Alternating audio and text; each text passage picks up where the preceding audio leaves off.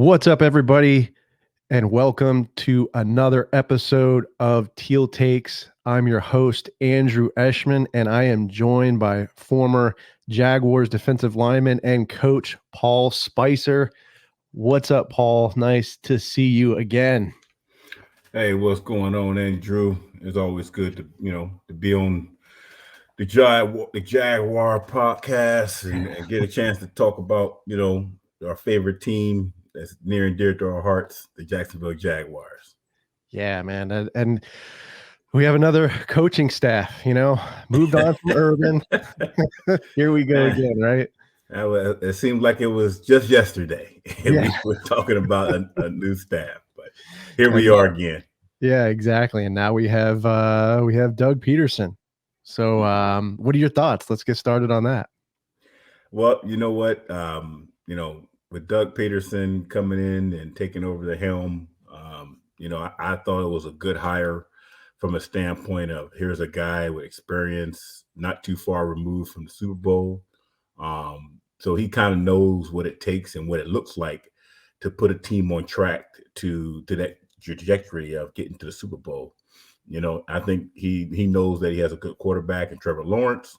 With ETN finally get opportunity to play this year, being that his rookie campaign was cut short due to a foot injury. He has some pieces to play with. But I think he's a guy that with a lot of NFL experience, been around. I think like I said before, he knows what it looks like to get to the pinnacle, to the ultimate, and that's the Super Bowl. As always, in each and every team, all 32 teams in the NFL, that should always be their goal. But the good thing is he's been there. One of the first coaches as a head coach coming into the Jacksonville Jaguars that's been to the Super Bowl. So that's promising. But again, it's all about Sunday and what the Jaguars are going to go out there and do. Yeah, I agree. I mean, I like the hire. Love that he went to the Super Bowl. He almost went, a second year in a row. They were close, and then, I would have liked to seen, Byron Leftwich. I would have liked to see him kind of take the helm and how that would have kind of played out, especially with the GM situation. But I still think Doug's a great hire. I think he's a good culture guy. I mean, he's gonna build up that locker room. I think the staff is pretty good as well. Brought over Mike Caldwell, which is our new defensive coordinator. And I was just kind of curious, Paul, your thoughts on that, him coming over from Tampa Bay. I don't know a lot about Mike Caldwell. I do know this. He played a long time. He was playing when I was playing, but he retired a bit before I did. But I think he's a very intelligent defensive coordinator. He was as a player, was one of those guys you can count on all three downs when he was on the field. So I think that can help translate to help some of them young guys on this team, on this Jacksonville Jaguars team, that a guy that has been there and done it. He's been in their shoes. He's been in those seats and those meeting rooms as a player and now and as an assistant coach and now as a coordinator. So he is taking step by step and evolved now as the new Jacksonville Jaguars defense coordinator. And he's been around some good ones. He's been around the late great Jimmy Johnson, who was defense coordinator Philadelphia Eagles a long time ago. He's been around Todd Bowles, who's now the head coach of Tampa Bay Buccaneers, all of his defense has always been top notch, top 10 in the NFL. And so he's been around some guys that understand how to stop offenses and understand defenses and how everything works. And he put some guys around him. The defensive line coach, Brenson Buckner, another guy I've had the pleasure of working with, another guy that, like Caldwell, who has played the game over 10 years. These guys had careers in the NFL. See, it's a little different when people talk about, well, he played in the NFL. Did he play or did he have a career? Yeah. Because sometimes people get that misconstrued and thinking that, because a guy was on practice squad or a guy played a few games, he played in the NFL. No, man. These guys, Buckner and Caldwell, these guys been around. They played over 10 plus years. They, been around and been on some good teams. and some teams that had a lot of success. So they know what it takes. And I think that's one of the things that when you compare that on top of Doug Pederson, bringing in guys that's been successful, not only in their coaching careers, but also their playing careers. So they can translate that and build that culture amongst the whole organization. And I think Shad Khan and Tony and those guys, they need that. And you know what? Again, every year it's a new season. Every team, every NFL team is a new team. Nobody's the same. There's always some new pieces here and there from top to bottom. So you know what? Right now, I'm just optimistic and can't wait to see what happens. Coming this year. Yeah, I agree. I think like you said, Doug Pederson coming in, winning that Super Bowl, then Mike Caldwell being a defensive coordinator, not only having a career, but in the NFL, but being with a Super Bowl winning organization, learning around Todd Bowles, who's had amazing defenses. I think this Jacksonville defense is going to be nasty. I mean, I think, just from watching in the preseason, Travon Walker, someone who I'm really excited about. It was kind of unexpected as a first rounder. There was a lot of talk about Evan Neal, offensive linemen and other players like Aiden Hutchinson, but this guy's showing a lot out on the field, especially in preseason. What are your thoughts on him? You know what? And sorry, Jaguars, my Jaguar fans out there. I didn't get a chance to watch a lot of the preseason with the Jaguars, but from what I do know of Walker, he is a difference maker. I don't think people gave him enough credit because when you on a team, and I mean when I'm talking about this, when he was in college in Georgia, when you're on a team like that with so many ball playmakers, he's not a rah-rah guy. He's not a guy that's overly emotional. He just go about his work, and he does it so well. So I think that as time goes on and he comes into his own, he's going to give a lot of offensive lines and offensive fits. He's a guy that you're going to have to find where is he, and he's, like I said, he's going to be a difference maker for this Jacksonville Jaguar defense. And you got Allen on the other side, another guy you can't take nothing from. He's a guy that can be a game changer at any moment. These guys, so the Jaguars have game records. They went out and got game records. And they lost some, unfortunately, over these past few years, some players that they should have kept that they drafted. But, hey, we got Walker now. They kept Allen. They got some pieces, man. And I mean, the Griffin in the back end, they got some pieces. And they got some things, Caldwell got some guys that he can dial some defenses up and really get after some offenses in the NFL. And it's going to be exciting to watch. I'm pretty sure, the Jaguar, faithful, going to be there to support, bring the noise, man, being that teal and black, bring the noise and bring the energy, because defenses feed off of that. I know when I played, that was one of the things that I loved about playing at home back then in Alltel Stadium. I used to, but the Jaguar fans are one of the best fans in the NFL. They bring a lot of energy. They get after it, man. And I know Walker and Allen and the rest of those guys will feed off that energy that Duval will bring to Sunday in Everbank Field. I mean, I don't even know if it's Everbank anymore. Maybe another name, but they're gonna bring that energy. So you know what? Like I said again, I can't wait, man. It's almost like the excitement is one of those things you just say, man, all I need right now is a beer and popcorn. I'm ready.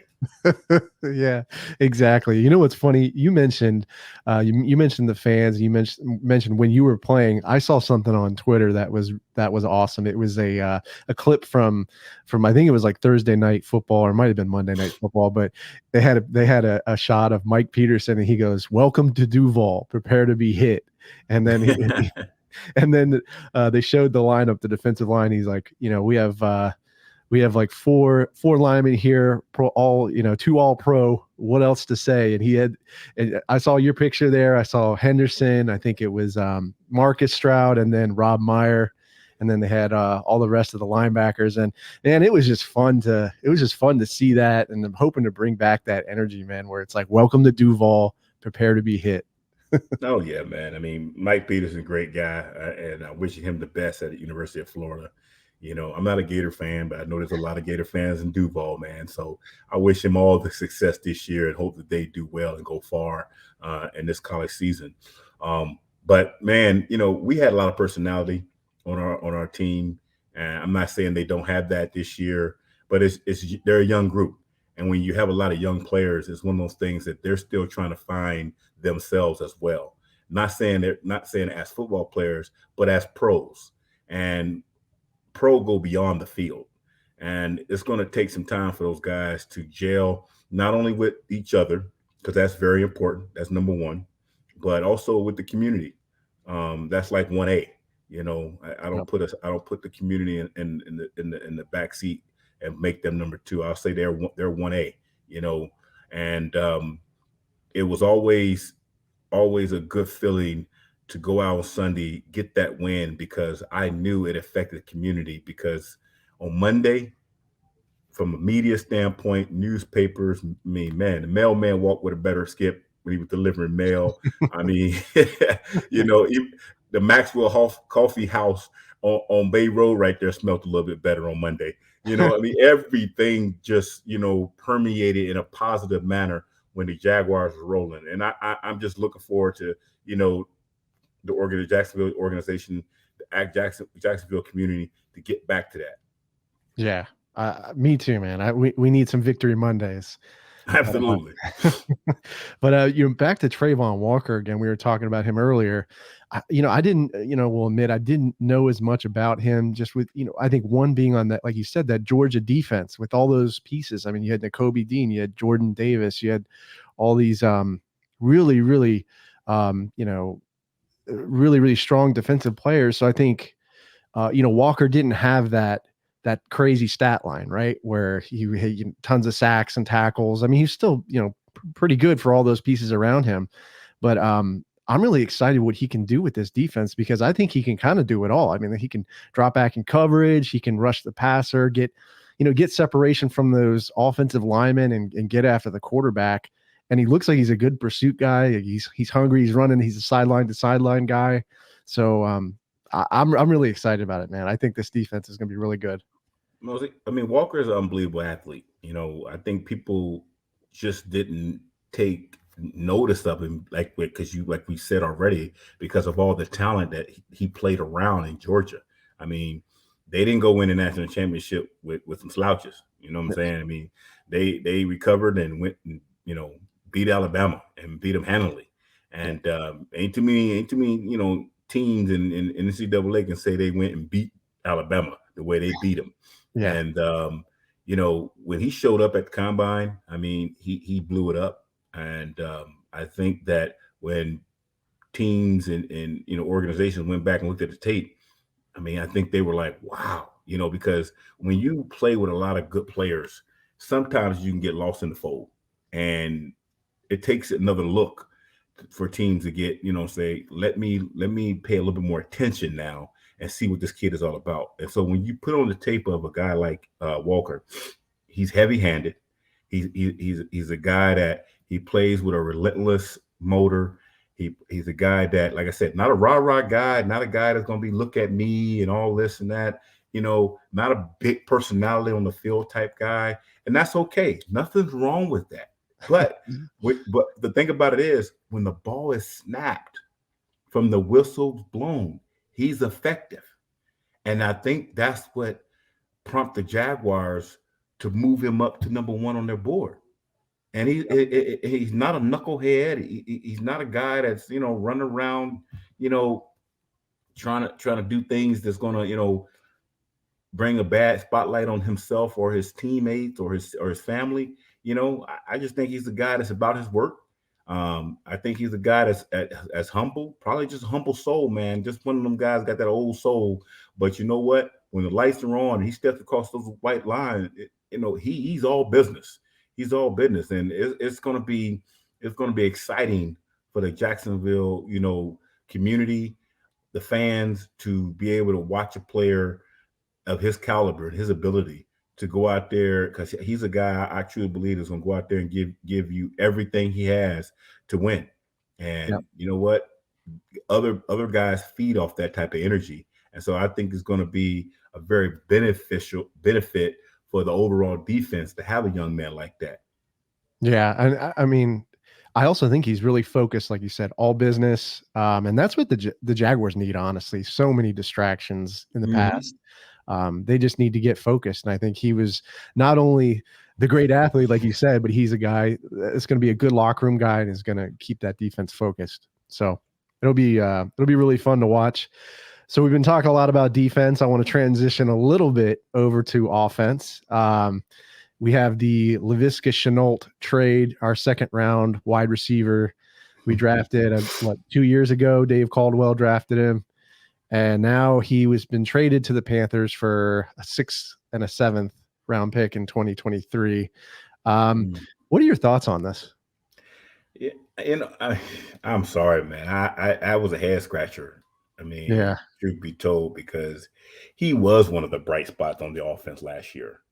And he has been for the past 2 years, excuse me. I mean, and for whatever reason, I just didn't feel like the 2 picks they received, when you think about a 2nd and a 6th, a 6th and a 7th, it doesn't really matter.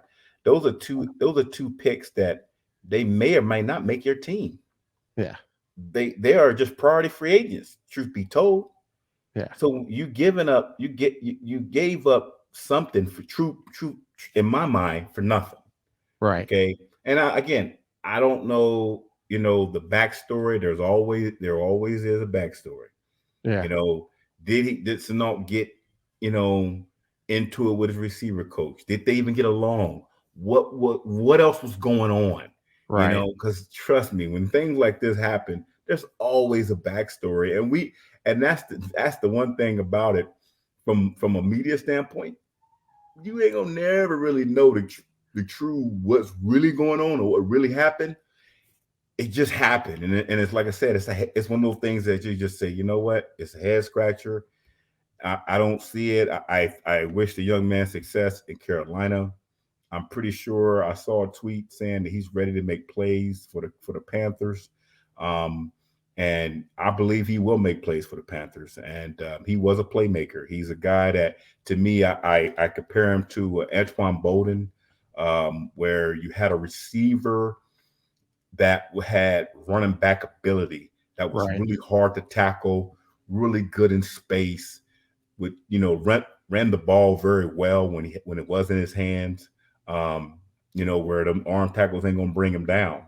Right. And was really to get in. He loves to get into the those areas on the field when teams are in zone, or go across the middle. Had a lot of toughness in him.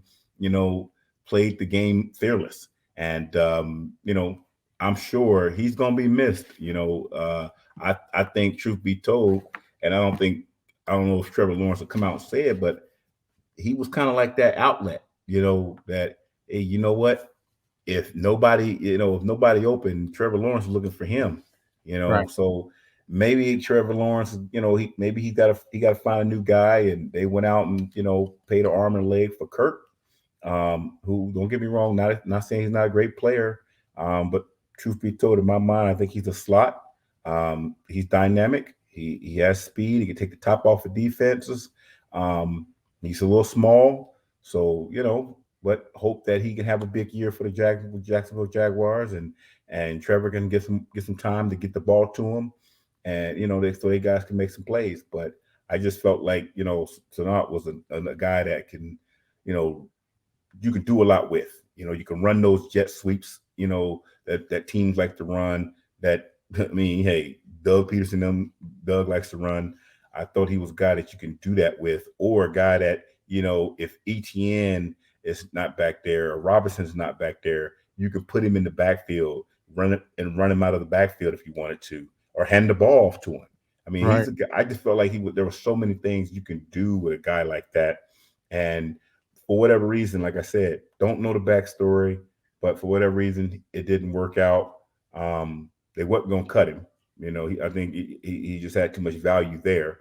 And they just, went with the first offer because, truth be told, Carolina got a steal. Carolina truly got a Yeah. steal.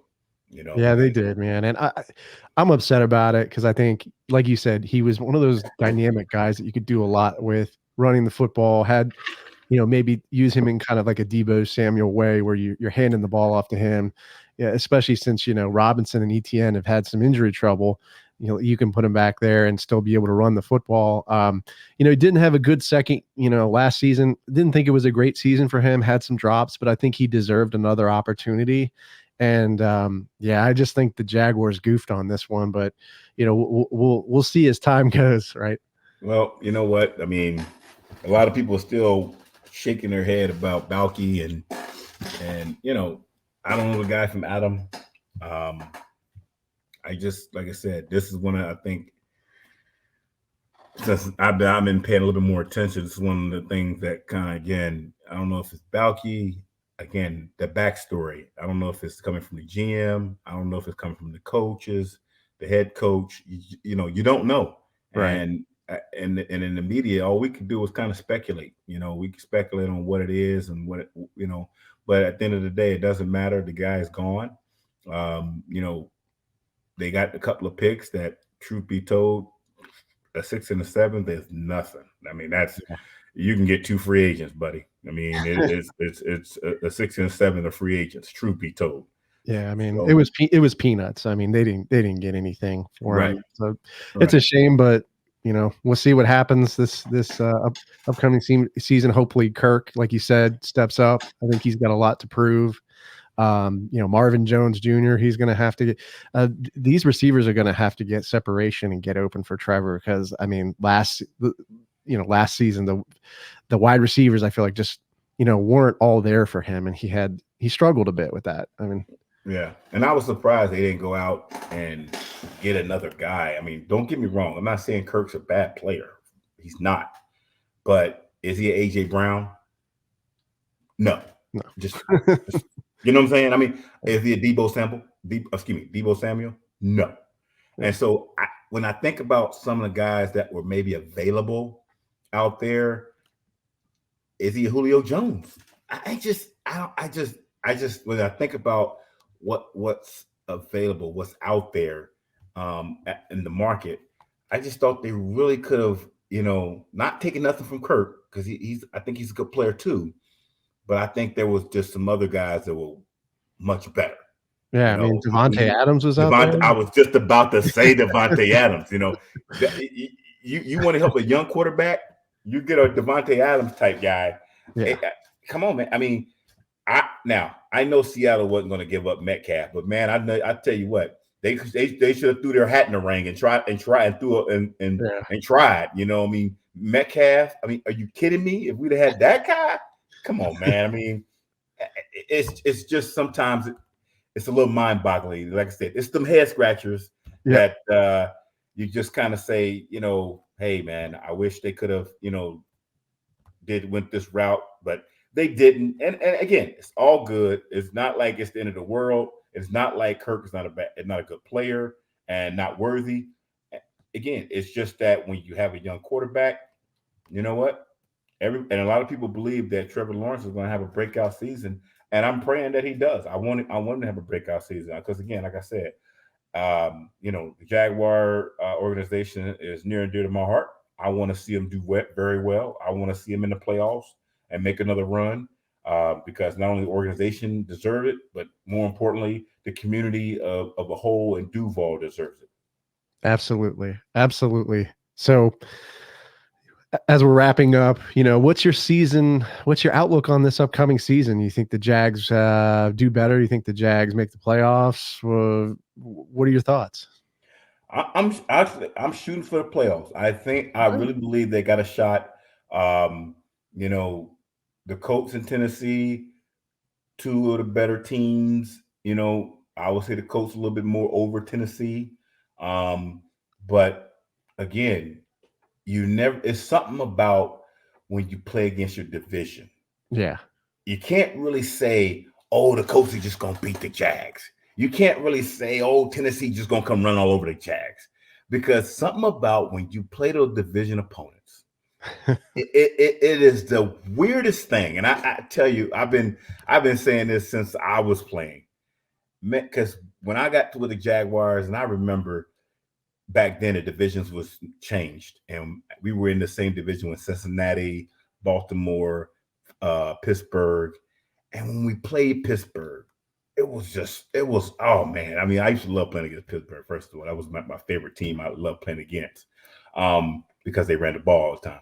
But it was just one of those things that even when we transitioned, to the new division that they are in now with the Texans and the Titans and the Colts, when Peyton Manning was lighting everybody up, we'll play Peyton Manning, and it was boom. It was like a heavyweight, old school Tyson Ali type fight, man. We were going back and forth, and it wasn't just one of those. They just rolled over us.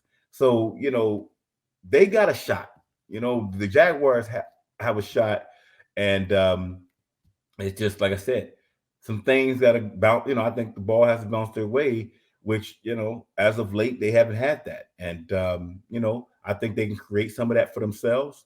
But then also, what? Hey, you just never know. At the end of the day, it goes to the old saying and the old movie, Any Given Sunday.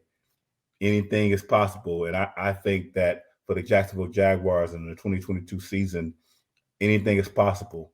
And so they believe that. They go out there. I know some of the guys that I know on their staff, they believe it. But at the end of the day, it's the guys out there between the lines. They got to believe it. They got to trust one another and go out there and make it happen.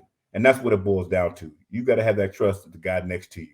Because if you do, you ain't worried about him. You can put more focus on your job and be locked in, have that focus in what you have to do to be the best player for your team in the NFL at that moment. So if they can do that man to man across the board, all 11 guys, and have that ability to trust one another, and they can build that type of chemistry with each other, you know what? Look out, man. The Jaguars are coming, and you never know. We can look up here 4 months from now, and we can say, man, you know what? They 12-3, or they're 11-4, or and they got a couple more games, but they're pretty much in the driver's seat as far as the playoffs.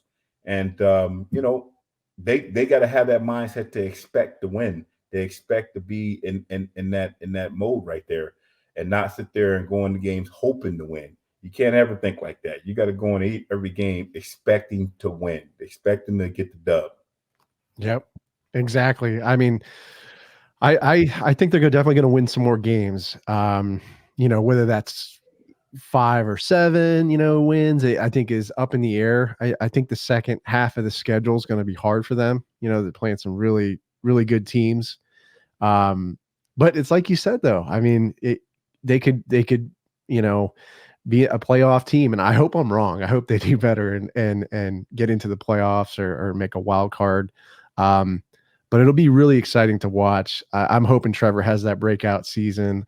I think they've put some pieces around him. I think the defense is going to be able to support him and keep them in games. And I think this will be fun to watch. And who knows what's going to happen, but it'll be fun, I think, this year. Well, as Trevor confidence builds in himself and his ability, what he can do, we know he has the ability to make all the throws and do everything.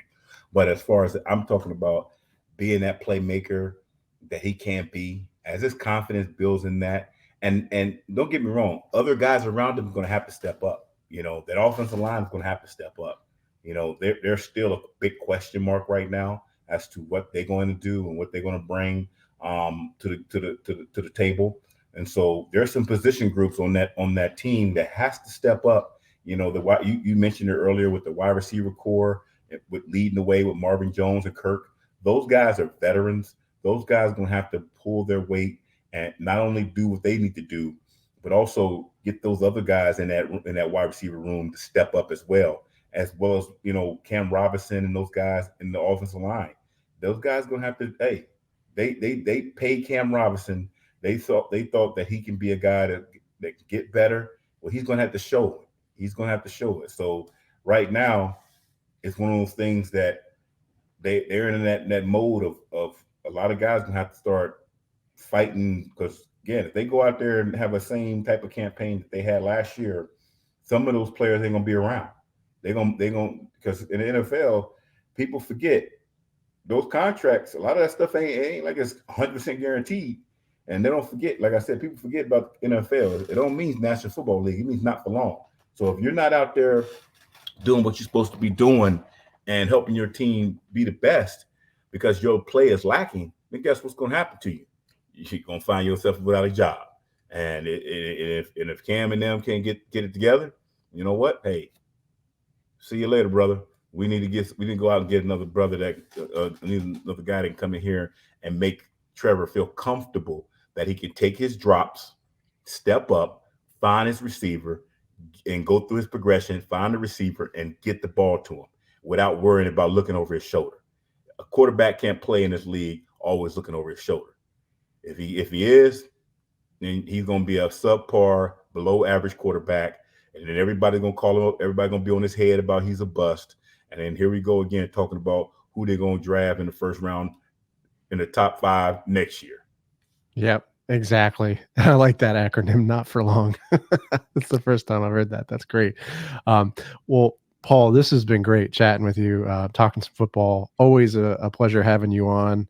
And what else do you have going on? Anything exciting? I mean, I'm still, getting back into it. I had a great opportunity to coach in USFL.